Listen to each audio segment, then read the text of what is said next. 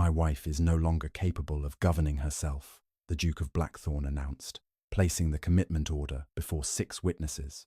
Before Clara could object, 2 attendants seized her arms and removed the keys to the fortune her father had left in trust. The brass ring struck the polished floor with a sound far too small for the destruction it carried. Clara looked from the attendants to the men assembled inside Blackthorne's library. The family solicitor stood beside the mantel. The steward stared fixedly at his boots. Dr. Silas Vale waited near Adrian's desk, holding the certificate that described Clara as confused, violent, and incapable of rational judgment. Every charge was a lie. Adrian stood behind the desk they had once shared when reviewing tenant petitions. He would not meet her eyes. "Tell them what happened yesterday," Clara said. His jaw tightened. "Tell them I discovered that £40,000 had been requested from my trust without my consent." Lady Beatrice, Adrian's widowed sister, rose from Clara's usual chair. "This is precisely the obsession we described," she said softly. "She imagines theft everywhere. Last night, she accused her own husband of conspiring against her. I asked him why his signature appeared on an unauthorized request. 'You threw a glass,' Beatrice replied. 'It slipped when you struck my hand.'" A flicker of discomfort crossed the steward's face. He had seen the bruise around Clara's wrist that morning. Yet when Clara turned toward him, he stepped farther into the shadow of the bookcase. Dr. Vale laid the certificate beside the commitment order. "Her Grace's suspicion has developed into persecution mania. Confinement is regrettable, but necessary for her protection. A." Clara stared at his right hand. A yellow stain marked the skin beside his thumbnail. It was faint, almost hidden beneath the cuff of his glove, but she recognized it immediately. Her father had been a country physician, and Clara had spent years preparing powders and tinctures in his surgery. That particular color came from a compound capable of causing tremors, confusion, and waking dreams when administered repeatedly. For 3 weeks, her evening chocolate had tasted bitter. "Remove your glove," she said. Dr. Vale's fingers curled. Beatrice gave a brittle laugh. "Must we indulge another accusation?" Clara ignored her. "If I am delusional, the doctor has nothing to fear from showing his hand." Adrian finally looked at her. For one painful instant, she saw the man who had once sat beside her bed through a winter fever, holding a spoon to her lips because her hands shook too badly to lift it. Then his gaze moved to the trust papers. Blackthorne was drowning in debt.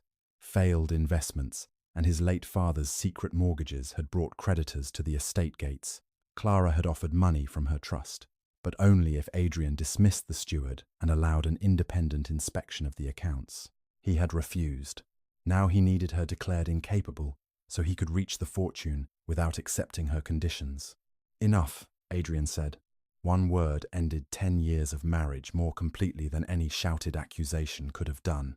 He took the pen. "Adrian," Clara said, holding his gaze. "The certificate is dated Tuesday." His hand paused above the paper. "Dr. Vale did not examine me until Friday." Silence settled across the library. The solicitor leaned forward, but Beatrice immediately placed her hand over the certificate.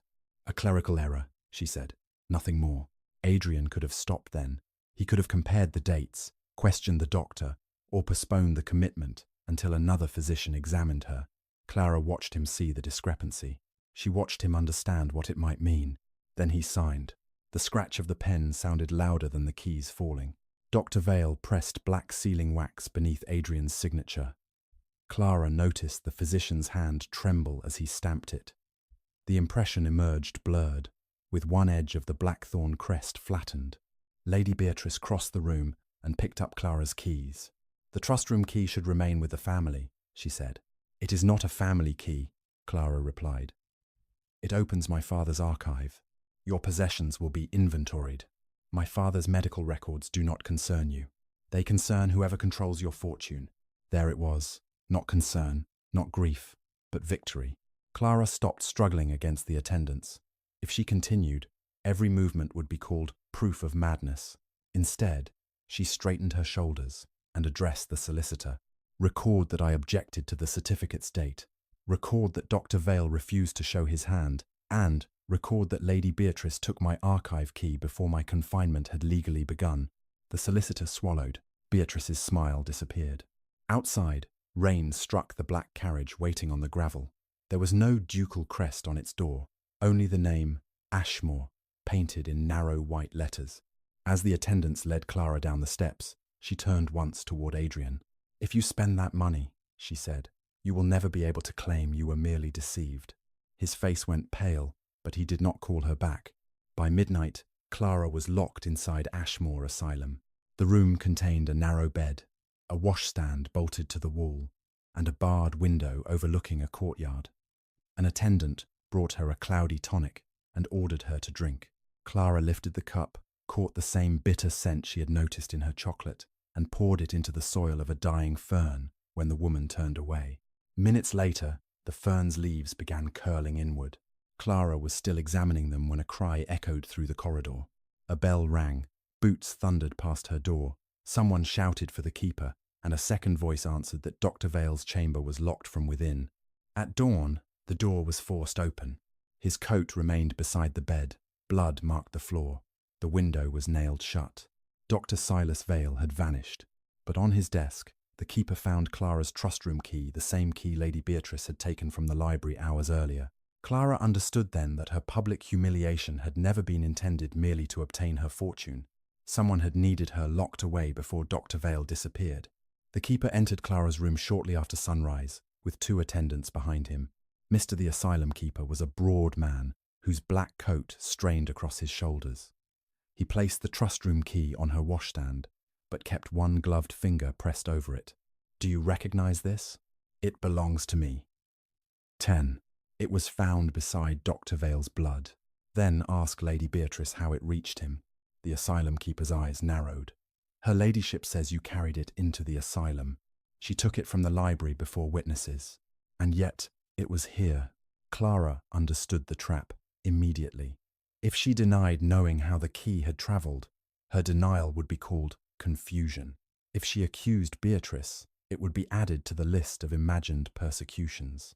"Where is Dr. Vale's body?" she asked. "No body has been found." "Then you do not know that the substance on the floor was his blood." The keeper snatched up the key. "This is not your father's surgery, your grace." "No, my father would never have pronounced a patient dead without examining one." Anger darkened the asylum keeper's face, but a scream from the corridor interrupted him. A young woman in a linen shift collapsed outside Clara's doorway. Her back arched violently. One attendant reached for the leather strap at his belt, while another tried to force a wooden spoon between her teeth. "Stop," Clara commanded. No one obeyed. She stepped between them and knocked the spoon away before it could break the woman's teeth. "Turn her onto her side. Move the stool. Do not restrain her limbs." The asylum keeper caught Clara by the shoulder. "Return to your room. She is not attacking you. She is having a seizure." The woman's heel struck the floor. Clara folded a blanket beneath her head and loosened the cord at her throat. She counted each breath until the violent movements eased. A grey-haired attendant carrying clean linen had stopped at the end of the corridor. Unlike the others, she watched Clara's hands rather than her face. "How long?" Clara asked her. "Less than a minute," the woman replied. "When did she receive her morning medicine?" "She did not. Dr. Vale cancelled it yesterday." Clara looked up sharply. The patient's breathing had become shallow. A small medicinal patch behind her ear released a sharp, resinous scent. Clara removed it. "Who placed this here?" The grey-haired attendant came closer. "Dr. Vale. He said it would calm her. It can provoke convulsions if the dose is too strong." The asylum keeper's grip tightened on Clara's shoulder. "You will not interfere with treatment again. Then decide whether you want a quiet patient or a living one." For a moment, no one moved. The young woman drew a deeper breath. The grey-haired attendant knelt and helped Clara cover her. "I will stay with Miss Webb." The asylum keeper released Clara with enough force to send her against the wall. "You have been confined because of violent delusions. Do not imagine that performing tricks will change the certificate." Clara rose slowly. "Removing poison is not a trick." The keeper ordered her door locked. Through the small inspection opening, Clara watched the grey-haired woman carry the removed patch away inside a folded handkerchief rather than discard it. That single careful choice told Clara she had found someone who valued truth more than obedience. An hour later, the grey-haired attendant returned with breakfast. "My name is Mrs. Finch," she said quietly. "I have worked in the laundry and infirmary for 11 years. Is Miss Webb alive? She is sleeping. The keeper ordered me not to discuss what happened. Clara looked at the woman's reddened hands and worn cuffs. Then do not tell me anything you did not personally witness. Mrs. Finch studied her for a moment. You knew that medicine was harming her. My father was a physician. He taught me to observe a patient before believing the person who prescribed the treatment. Clara explained that she had used her trust income to establish the Blackthorne dispensary. She had bought medicines, trained midwives, and reduced winter deaths across the estate villages. Dr. Vale had visited only twice, yet Adrian allowed him to accept public credit for the work. During the previous month, Clara discovered that dispensary funds were being transferred into an account controlled by the estate steward. The same account appeared in the request for £40,000 from her trust. That discovery had led to her confinement. If Lady Beatrice controls the trust, Clara said, the dispensary will close before winter. Mrs. Finch's expression changed. My grandson receives medicine there. So do more than 200 others. That is why I cannot wait quietly for my husband to regret what he has done. Mrs. Finch removed a folded sheet from beneath the breakfast cloth. It was Clara's admission record. Dr. Vale had accused her of shouting without cause, attacking a servant, forgetting familiar names, and attempting to burn Adrian's financial papers. Beside each charge was a date. Clara stopped at the final entry. Vale claimed he had personally witnessed her burning an account book at Blackthorne on the 14th of October. But Clara had spent that entire day at the county courthouse, accompanied by the family solicitor and 12 tenants. One false date could destroy Vale's certificate. Clara tilted the page toward the window. Beneath the final accusation, someone had scraped away another sentence, but several words remained visible in the morning light.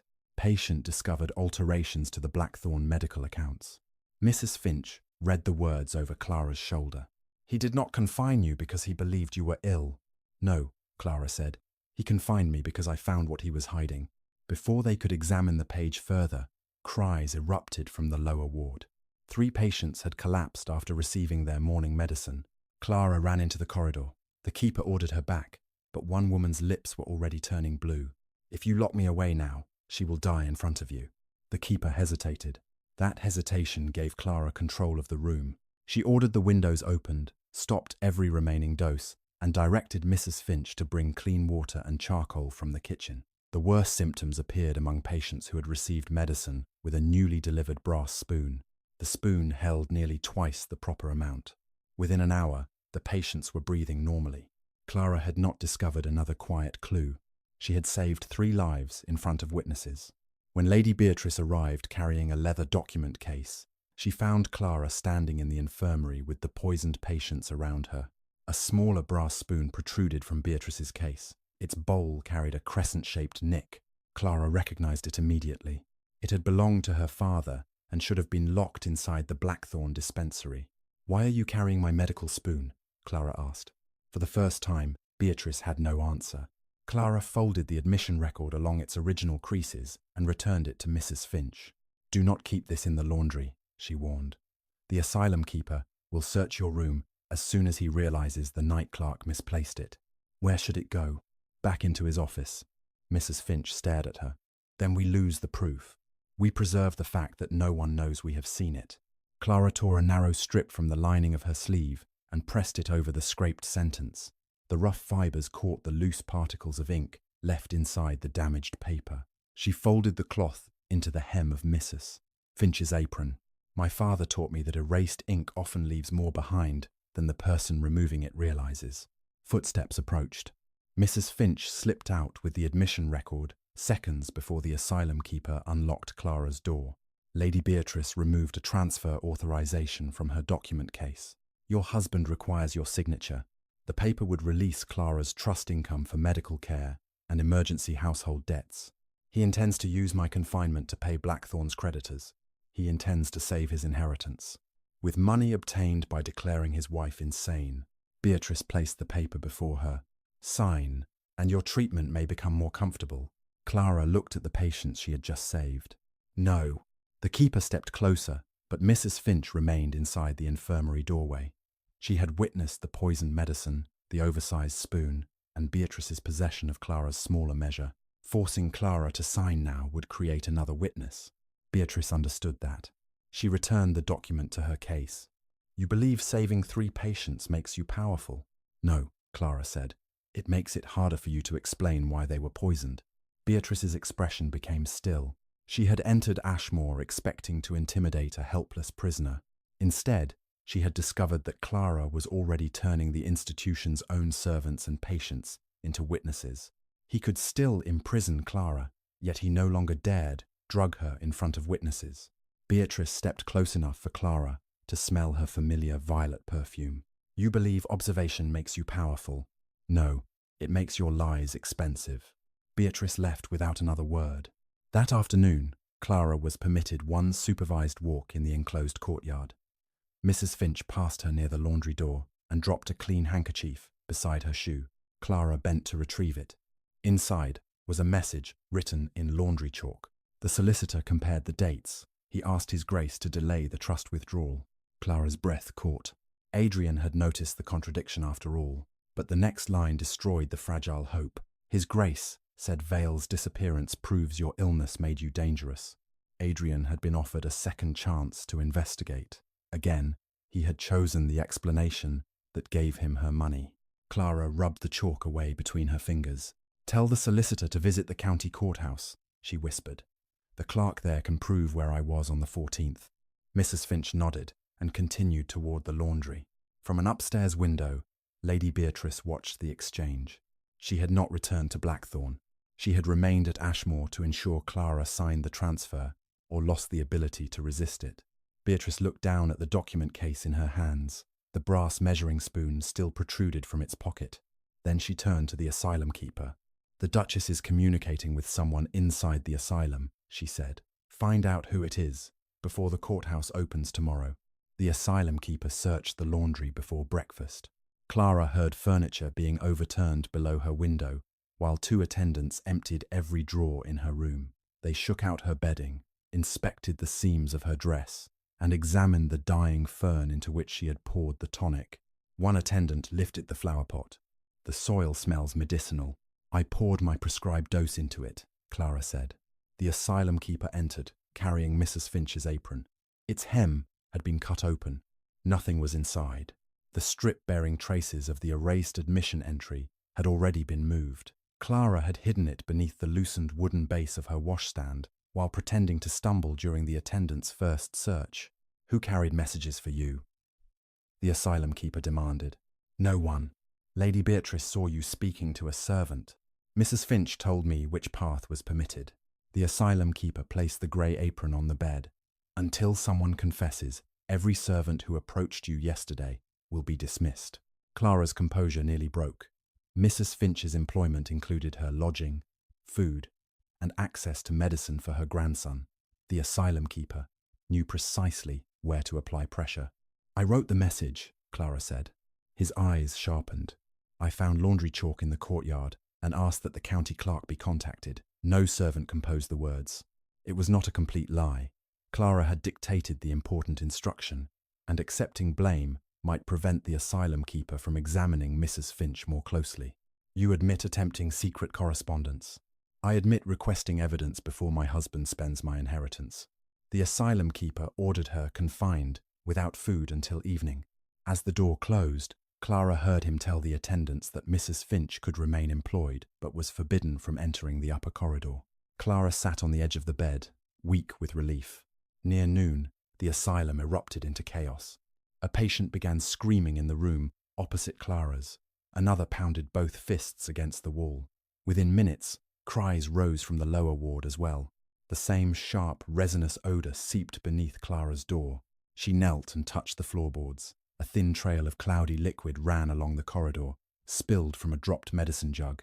Through the inspection opening, Clara saw an attendant collapse against the wall. His pupils were wide, and sweat soaked his collar. How many received the new tonic? She called. He tried to answer, but his tongue would not obey him. Clara seized the iron water cup and struck it repeatedly against the door. Open this room!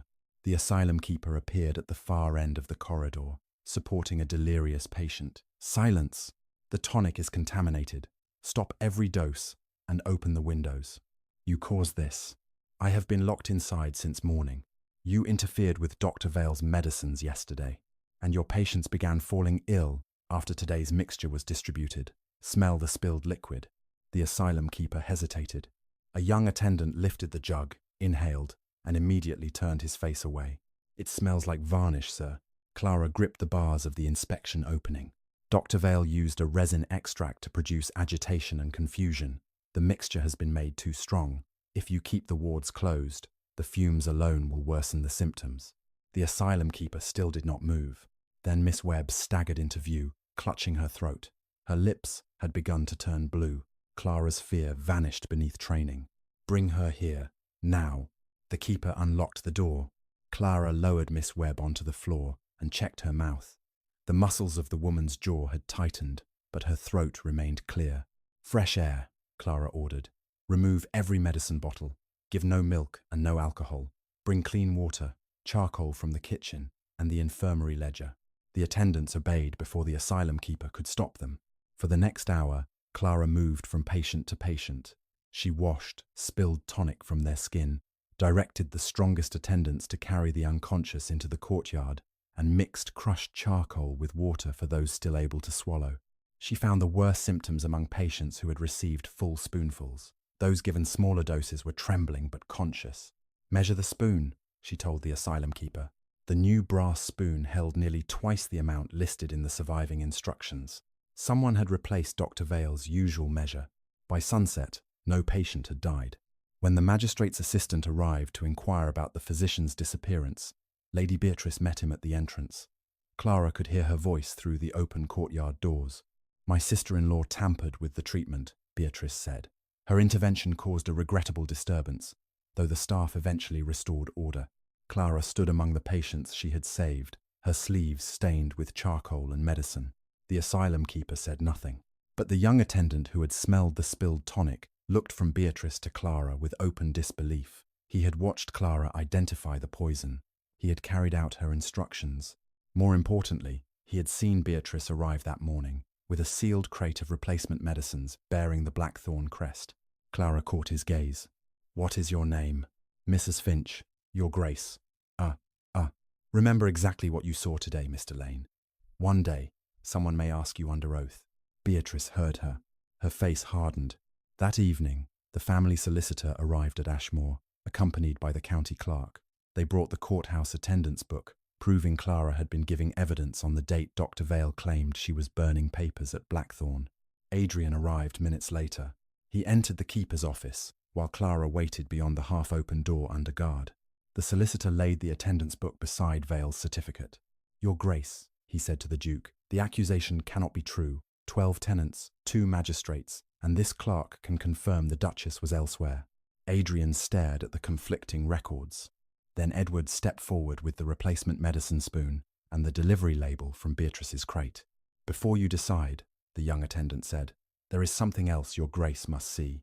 Edward placed the replacement spoon and the medicine label beside Dr. Vale's certificate. This spoon delivered nearly twice the prescribed amount, he said. It arrived this morning inside a crate brought by Lady Beatrice. Beatrice did not deny bringing the crate. Dr. Vale ordered those supplies before his disappearance, she replied. The manufacturer must have packed the wrong measure. The crate was sealed with Blackthorne wax, Edward said. Not the manufacturer's. Adrian picked up the label. Clara watched his thumb move across the embossed crest. He recognized the seal, but he also saw what she had noticed in the library. The upper edge was flattened, unlike the clean impression produced by his signet ring. Where did you obtain this? He asked Edward. From the crate, Your Grace. Who told you to preserve it? The Duchess. Beatrice gave a quiet sigh. There is your explanation. Clara has persuaded a junior attendant to repeat her suspicions. She has always been skilled at making servants feel indebted to her. I watched her save those patients, Edward said. No one persuaded me of that. The asylum keeper stepped into the office. This boy exceeded his authority. He abandoned his post during the disturbance and allowed Her Grace to take control of the ward. Because you had locked her inside while patients were choking, Edward replied. The asylum keeper's expression promised punishment. Adrian looked through the half-open door toward Clara. Charcoal marked her sleeves, and a red abrasion circled one wrist where an attendant had restrained her earlier. His gaze lingered there. For one heartbeat, Clara believed he might finally ask what had happened. Instead, he turned to the solicitor. Does the false date invalidate the entire commitment? It requires an independent examination, the solicitor replied. At minimum, Her Grace should be removed from Dr. Vale's institution while his conduct is investigated. And the trust withdrawal? It should be suspended. The answer struck Adrian harder than the evidence of poisoned patients. Blackthorne's largest creditor had given him until noon the following day. Without Clara's money, the eastern farms would be seized. Hundreds of acres, bearing his family's name, would pass into another man's hands. Beatrice moved beside him. If the trust is frozen, the tenants lose their homes. Your father's grave, your mother's dower house, everything your family protected for generations gone because Clara refuses temporary assistance. Clara stepped into the doorway, despite the guard's arm.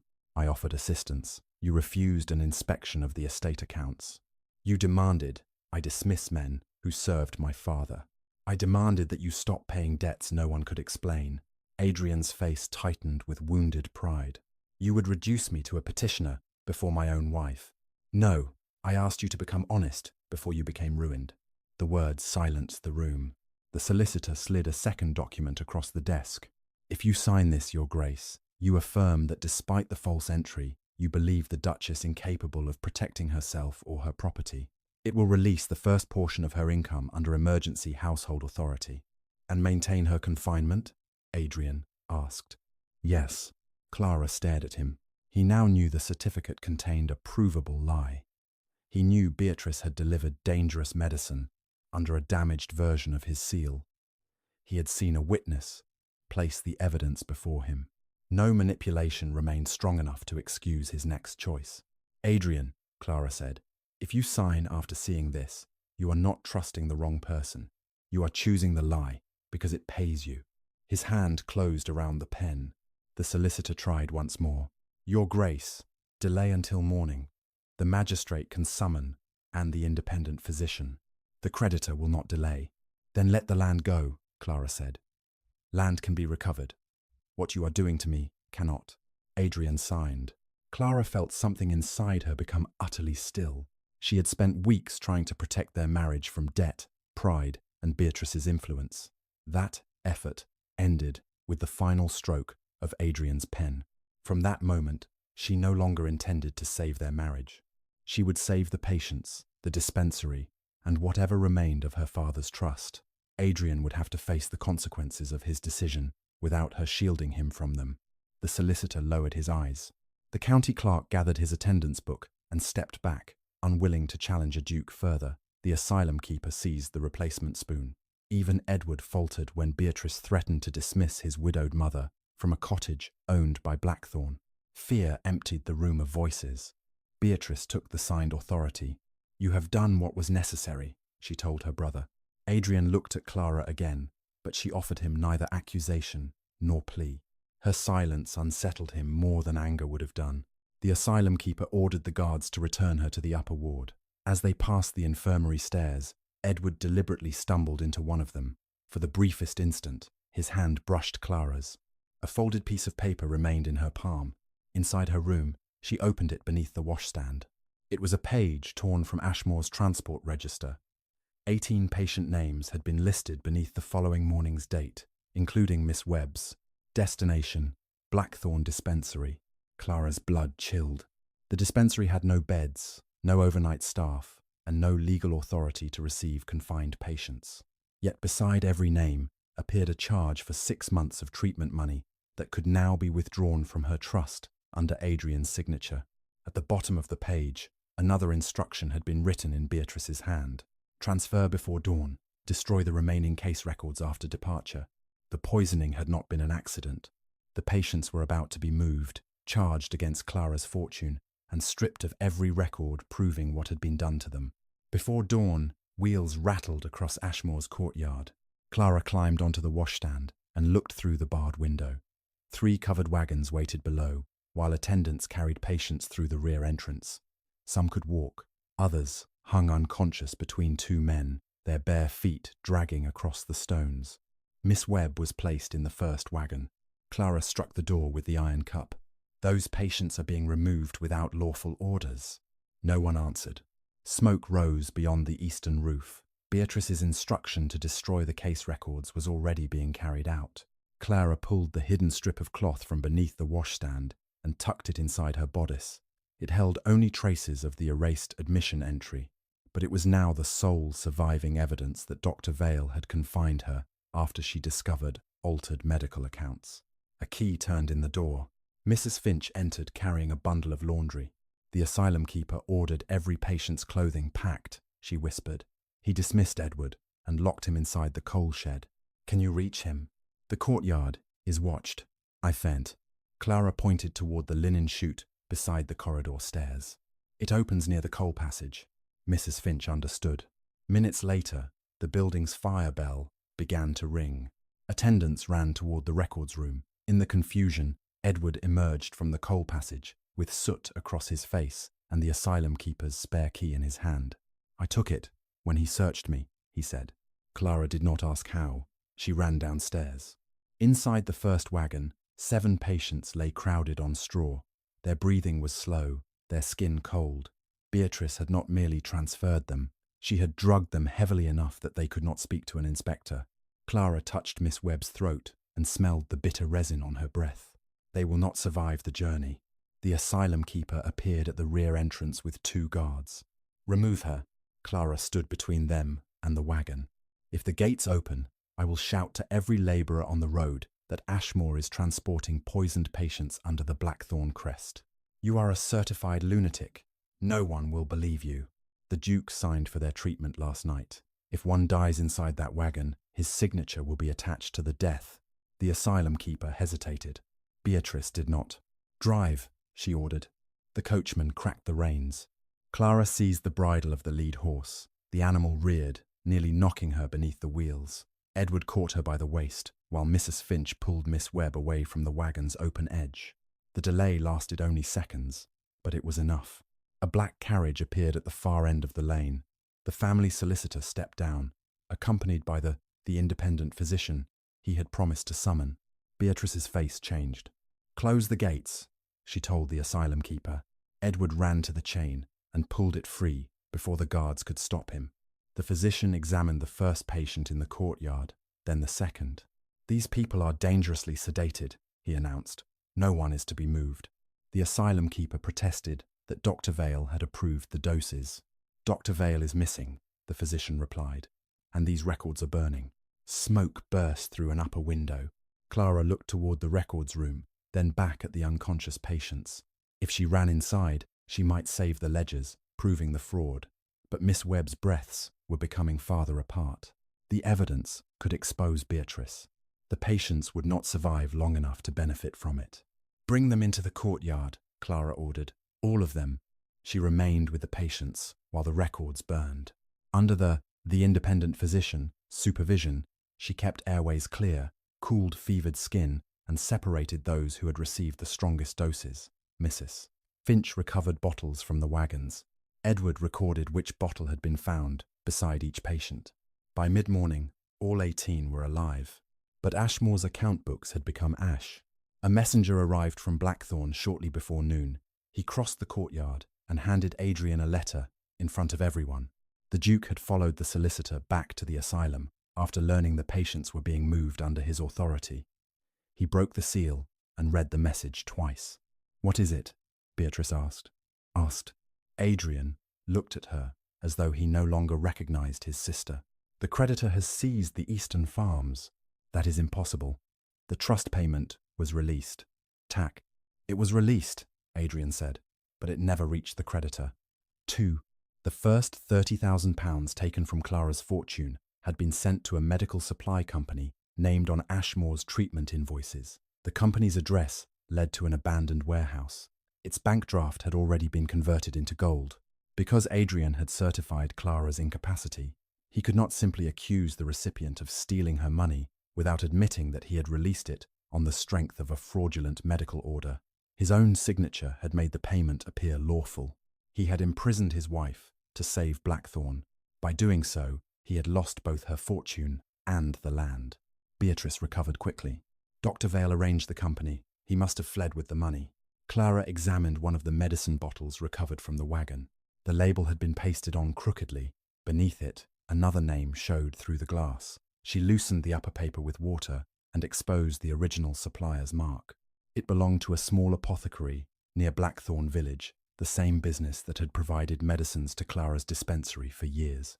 Dr. Vale had not purchased new drugs. Someone had taken Clara's existing supplies, relabeled them at Ashmoor, and charged her trust for them a second time.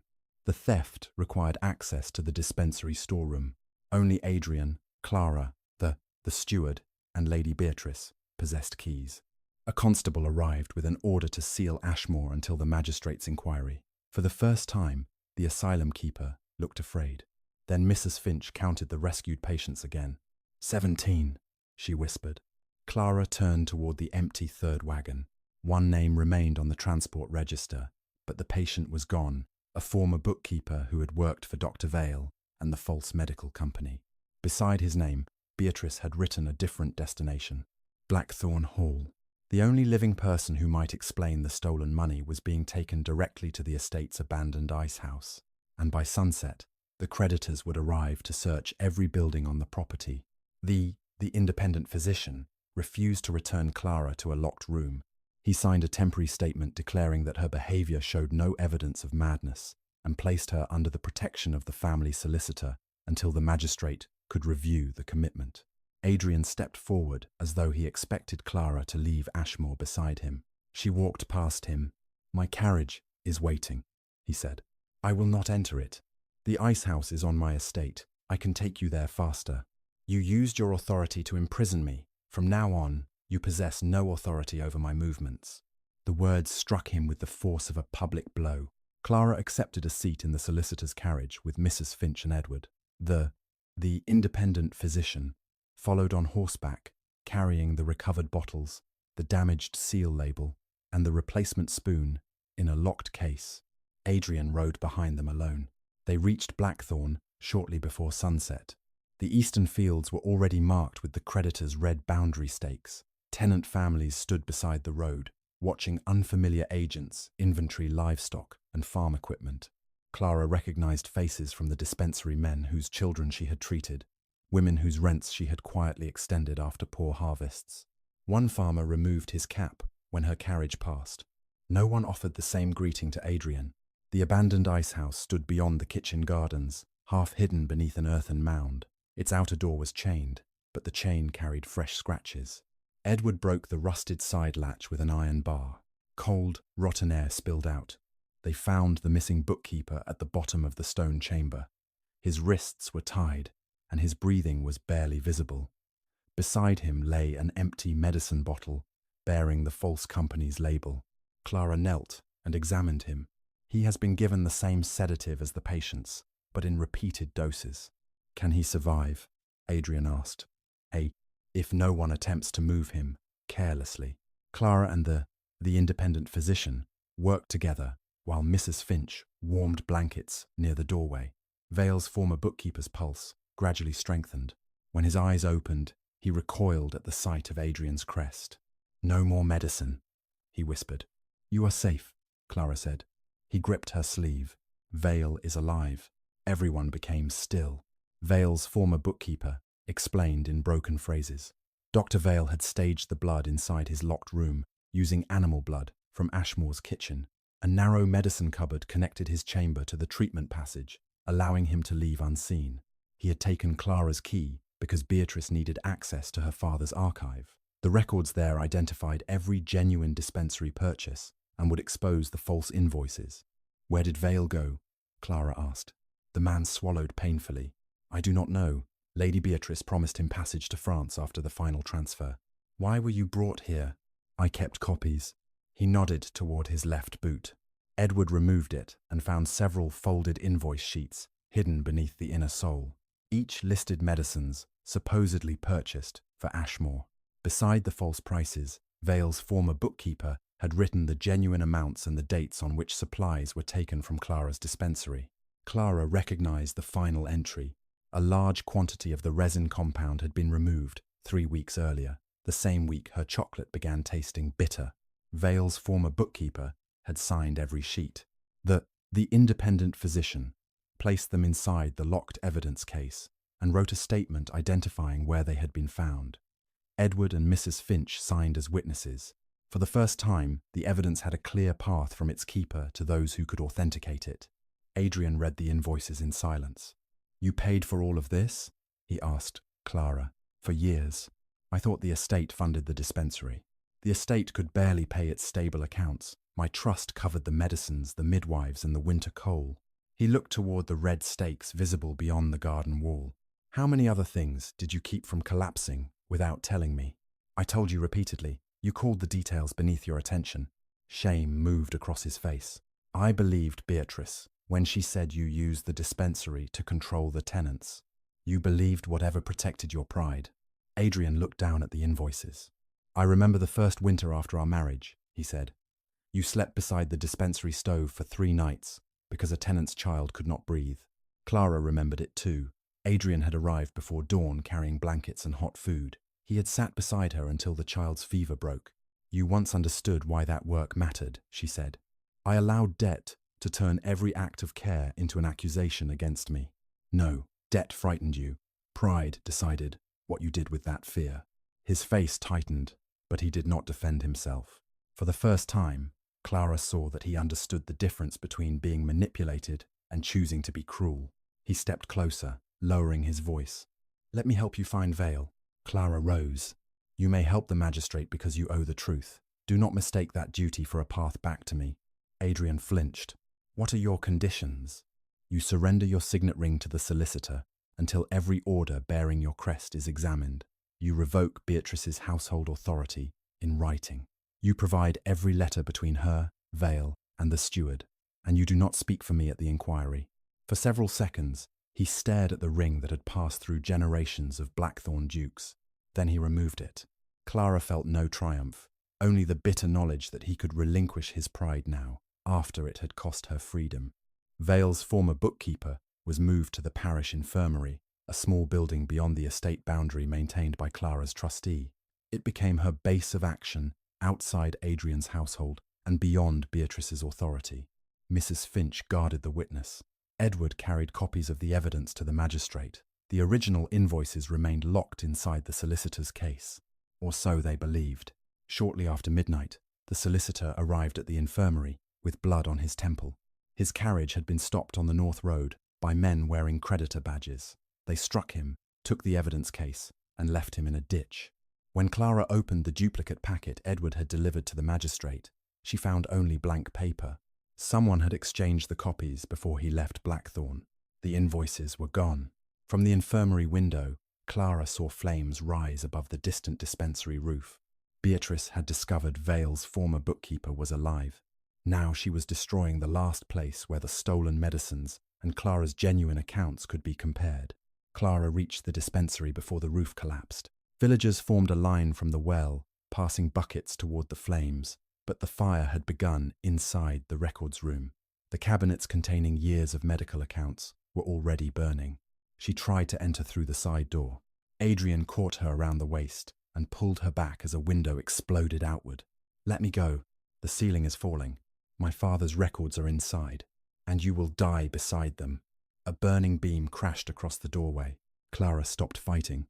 She watched pages lift through the broken roof, glow orange against the night, and dissolve into ash. The records could have restored every stolen pound and proved that Beatrice had taken medicines from the dispensary. Now, nothing remained. At sunrise, the county magistrate arrived with constables. He did not come to investigate the fire. He came to arrest Clara. Lady Beatrice had sworn that Clara ordered Edward to burn the dispensary after learning its accounts contradicted her allegations.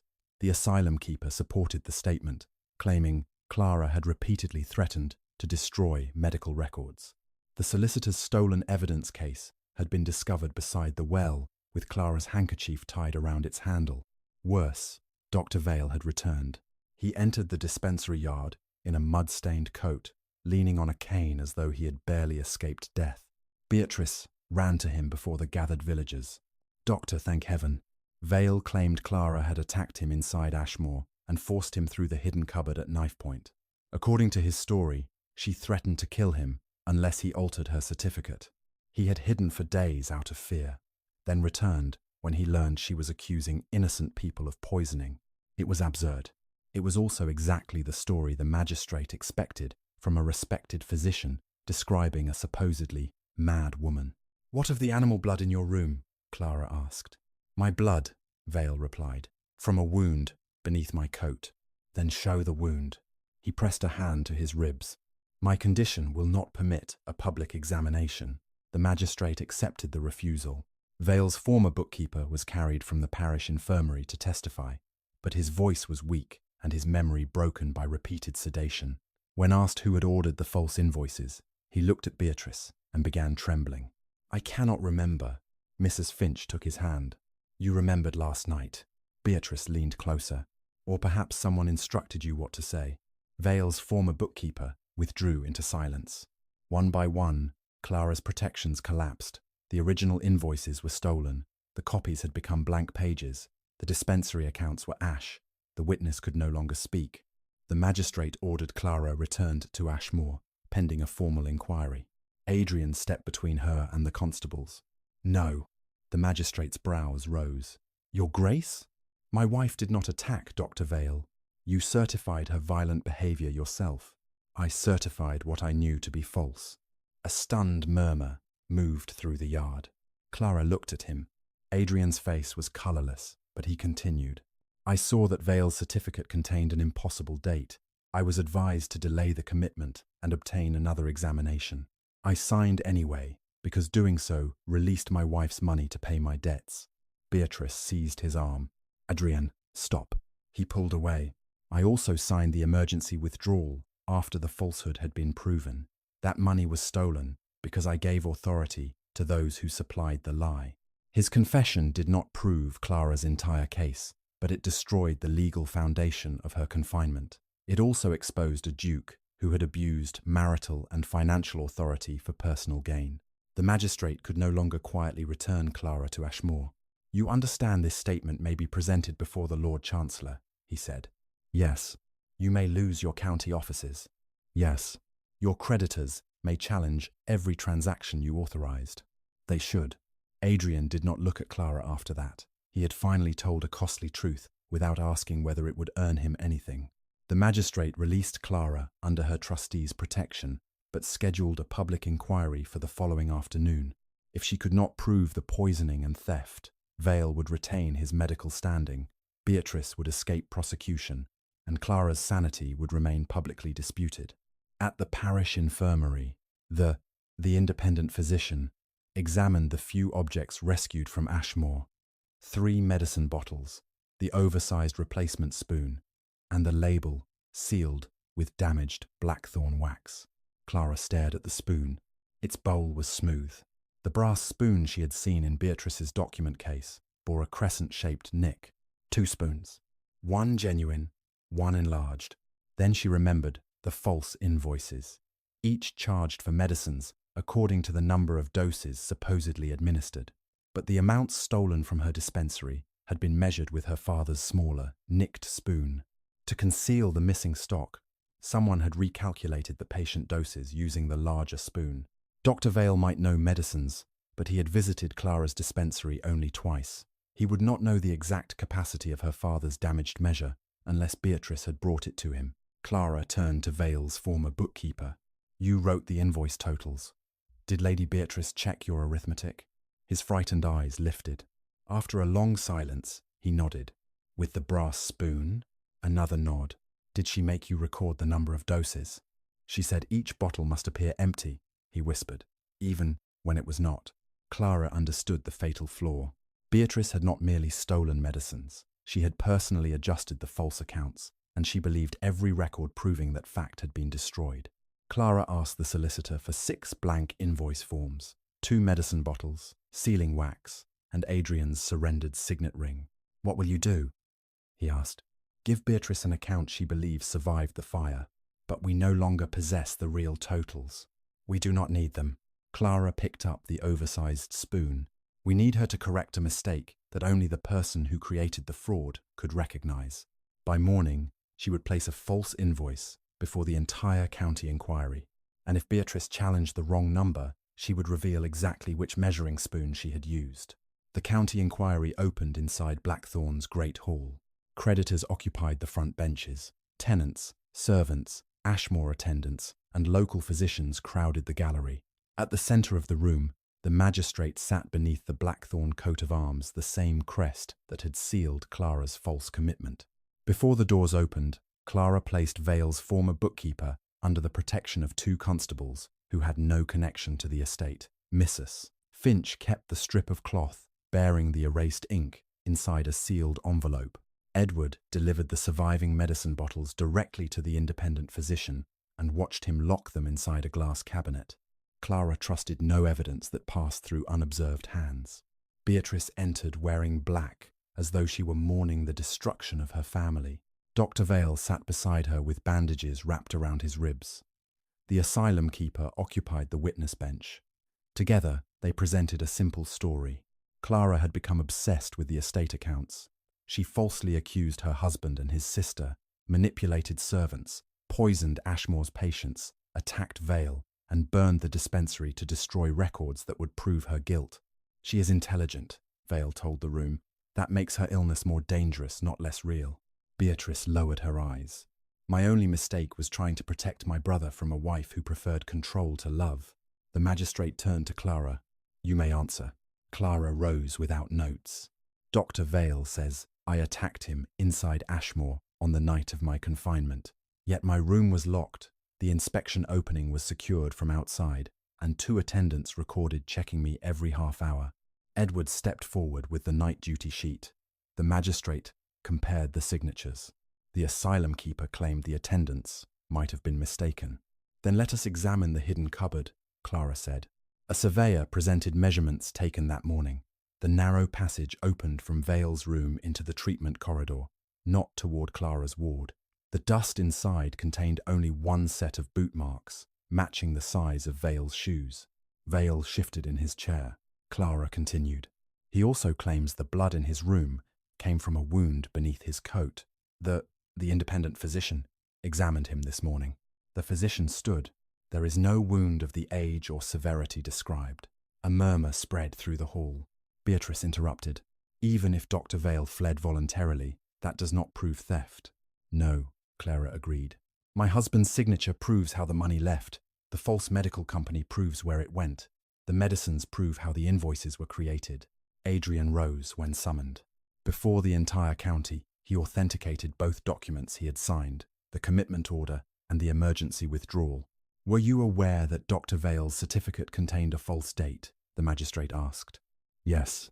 Did the Duchess ask you to delay? Yes. Did you sign because you needed access to her trust? Adrian looked at Clara only once. Yes. He returned to his seat, stripped of the dignity with which he had entered. He had confirmed his own betrayal, but he offered no explanation on Clara's behalf. The reasoning remained hers.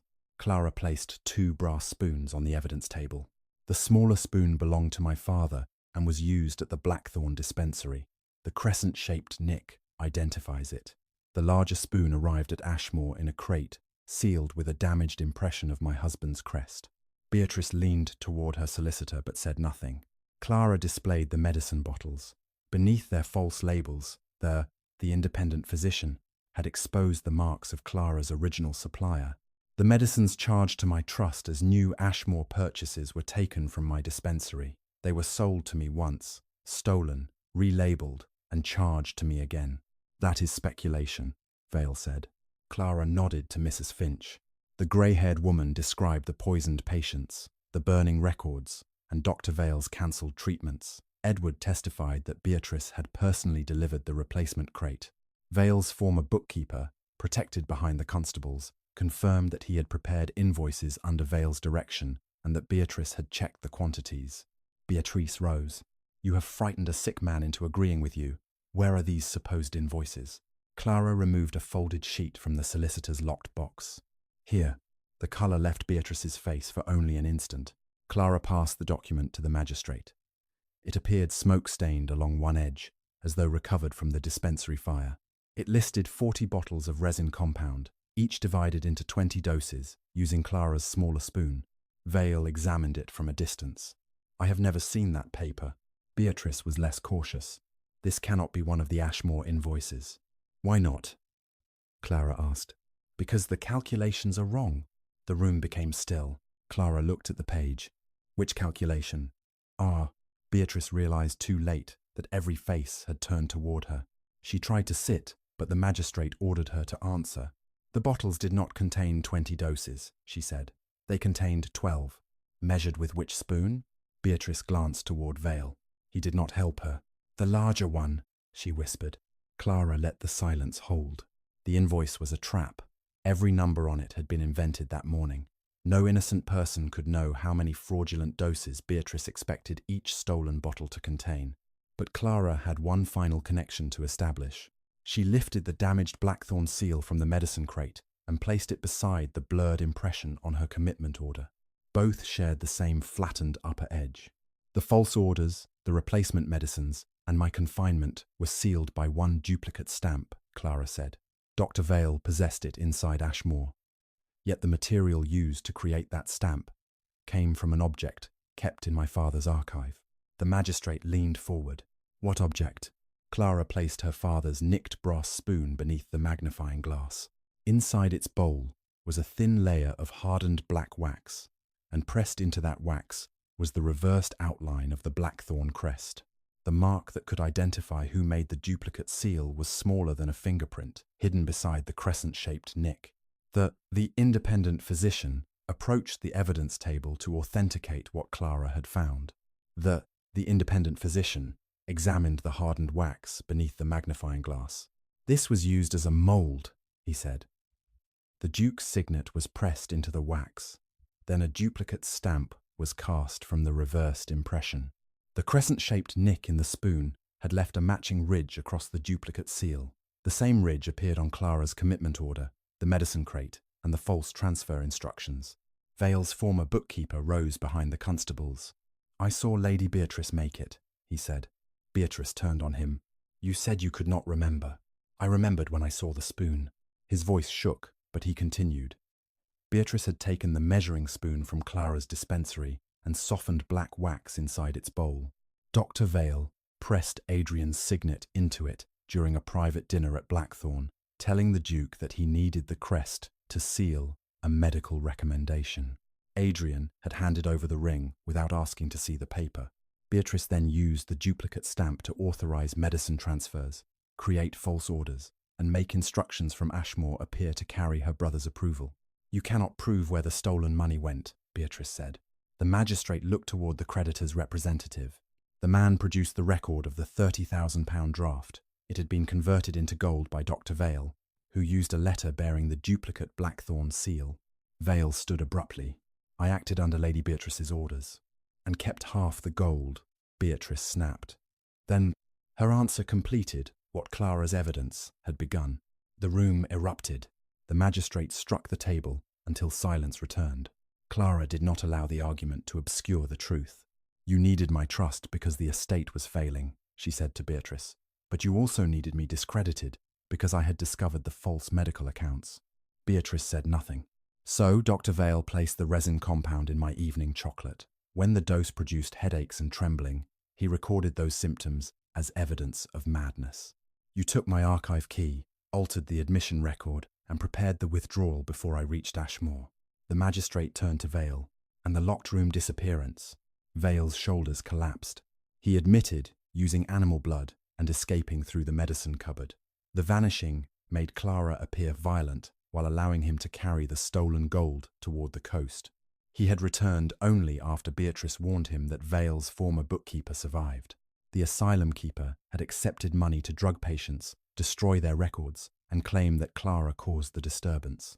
The steward had redirected dispensary funds and helped remove medicines from the storeroom. Each part of the scheme had depended upon Adrian's decision. If he had examined the accounts, Beatrice could not have hidden the theft. If he had questioned Vale's impossible date, Clara could not have been confined. If he had refused to sign the emergency withdrawal, the trust money could not have disappeared behind his lawful authority. The magistrate ordered Beatrice, Vale, and the asylum keeper taken into custody.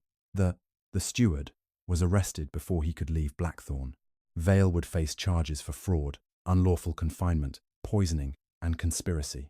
The asylum keeper lost control of Ashmoor, pending a full inspection, and every patient was transferred to independent care.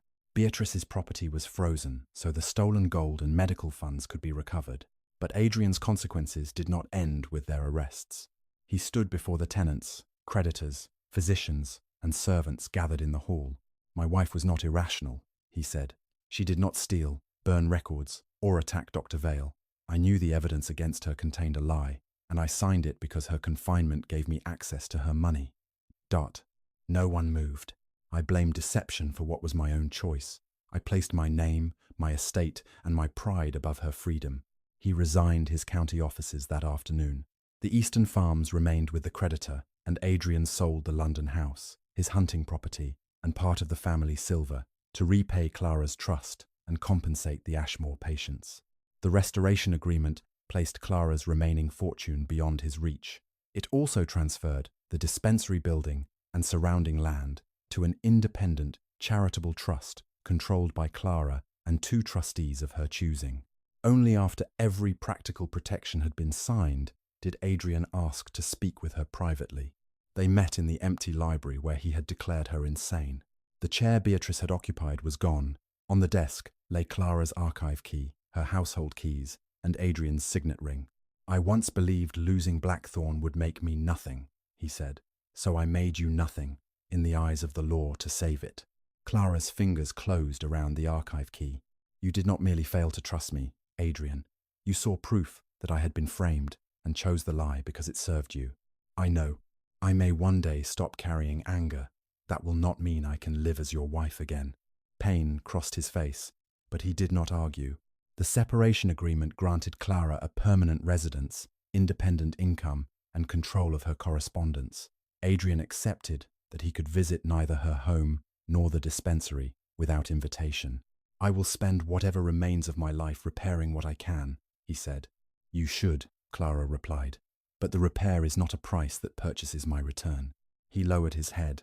"No, it is simply what I owe." 6 months later, the restored dispensary reopened under Clara's name. Mrs. Finch supervised its small recovery ward. Edward trained beside the independent physician, and every medicine purchase was recorded in 2 books kept by separate trustees. The former Ashmoor patients received treatment without any charge against Clara's fortune. On the opening morning, Adrian stood beyond the gate among the tenants. He had come because Clara permitted him to witness the restoration, not because he possessed any place within it. He offered no speech and requested no forgiveness. Clara climbed the front steps, carrying the brass ring of keys that had once been taken from her, and dropped onto the library floor. At the dispensary door, she selected the smallest key, the key to her father's archive. The lock turned. Clara opened the door herself and walked into the future she had chosen.